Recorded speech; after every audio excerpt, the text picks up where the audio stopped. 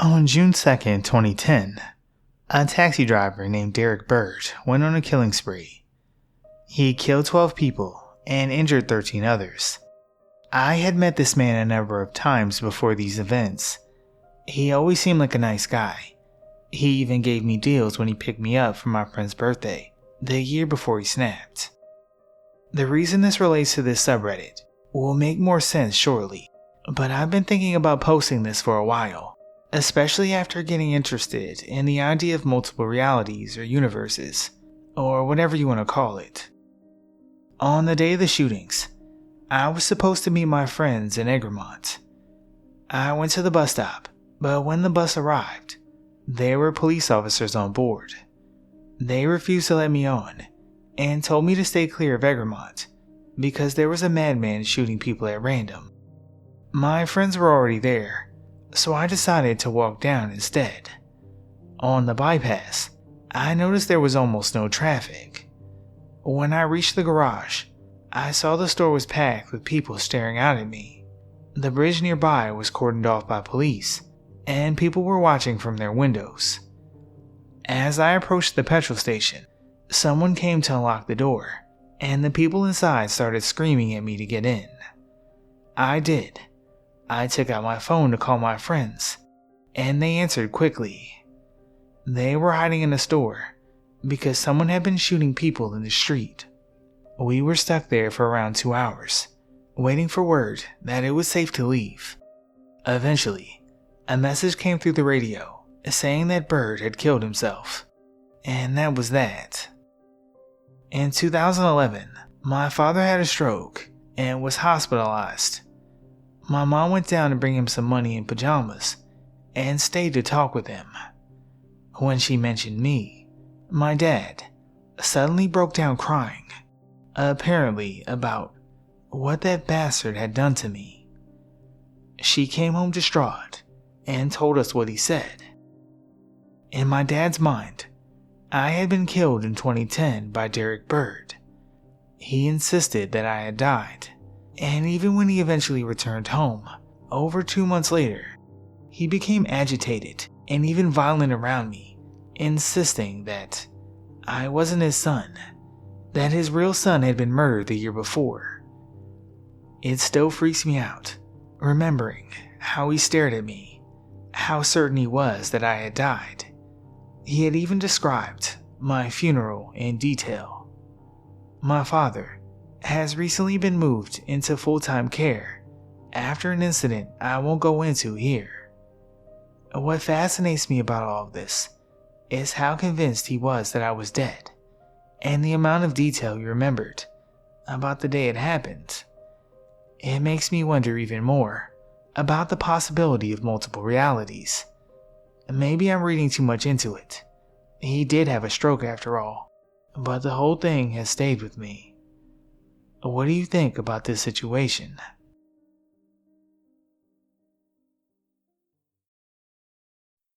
A few months ago, my friends and I went to a hill station for 3 days. On the second morning, one of my friends woke me up at 4 a.m. We wanted to catch the sunrise from a viewpoint deep in the forest. Our third friend refused to get up, so it ended up being just the two of us. It was freezing, and we held our hoodies close as we started walking. The path was marked but manless. The forest was thick. There were tall trees almost falling on the path on both sides, and this strange silence that made the sound of every rustle of leaves beneath our feet echo. We followed the signboards, thinking we were close to the viewpoint, but every time we checked the map, it somehow seemed to move further away. Then, I felt like something was watching us from the woods, but it was nothing we could see. When we checked the map again, we realized the route actually passed right next to a Hindu crematorium and a Parsi graveyard, hidden behind the trees. That's when the atmosphere changed for us completely. Some parts of the road had weak lights, but most of it was swallowed by darkness. We thought about turning back, but being that deep in already, we were scared of getting lost. Just then, 4 dogs appeared out of nowhere. At first, We panicked, thinking they'd attack us, but they didn't. They just started walking with us, two in front and two behind, almost as if they were guarding us. They would stop when we stopped, and bark whenever they heard something in the forest. After a while, the road just ended. Beyond it was pure blackness, like stepping into nothing. The dogs started barking wildly at that emptiness. There was nothing visible, but their reaction was so fierce, it was enough to tell us to not go any further. That's when we decided to turn back. The same 4 dogs walked with us the whole way back, right until we reached the town center. The streets were empty, not a single person around. We waited there, and the dogs waited with us, sitting quietly beside us like they knew we weren't safe yet. Finally, around 6 a.m., a shop opened. We bought some biscuits and fed the dogs. Just then, a man on horseback came by. He said he could escort us to the viewpoint. There was finally some light now. We turned around to look at the dogs, but they were gone. They vanished completely. When I told my mom about it after I came home, she got very upset. She said that at night, there are things, dark, sinister things that roam freely. She looked at me and asked, "What if one of you had gotten possessed? It was only you two. What would you have done?" That question still gives me chills. I don't know what really happened back then, but I do know this. Those dogs weren't just dogs. After recently moving out of the house, and with no incidents in the months since moving, I feel like I'm ready to share my story. Essentially, in the house my family used to live in, there was some sort of entity that could shapeshift and look and mimic people and animals. The first encounter happened in late 2019, after we had already lived in the house for well over a decade. I was in bed with my girlfriend. We hadn't yet fallen asleep that night, and I was getting out of bed to go to the toilet before going to sleep. On the way out, I turned off the light. When I returned and opened the door, she called out and asked who was coming in. I responded that it was obviously me, and then she screamed, so I turned on the light. She was freaking out, so I asked her what was going on. She said that a couple of minutes before I got back, someone, who she presumed was me, had entered the room, got into bed, and started cuddling up to her. When I actually came back, and she realized that she wasn't laying next to me, she jumped as far away as possible, and when I turned the light on, she saw that no one was there. She said it felt just like me cuddling up to her. We ended up staying at her place that night, and she refused to ever come back. The next incident happened the 11th of July 2020. I know because I looked up the date of a football game that was on. I was watching the TV by myself when my dad opened the door and stood in the doorway. I wasn't paying much attention to him and absent-mindedly asked him if he ended up watching the end of the game his team was playing in, as they had made a pretty good comeback. He didn't respond, so I looked over at him and noticed he was wearing one of my shirts, which was weird because it's not anything he had done before. I then looked down and noticed that both of his legs were there. He had a leg amputated in 2017.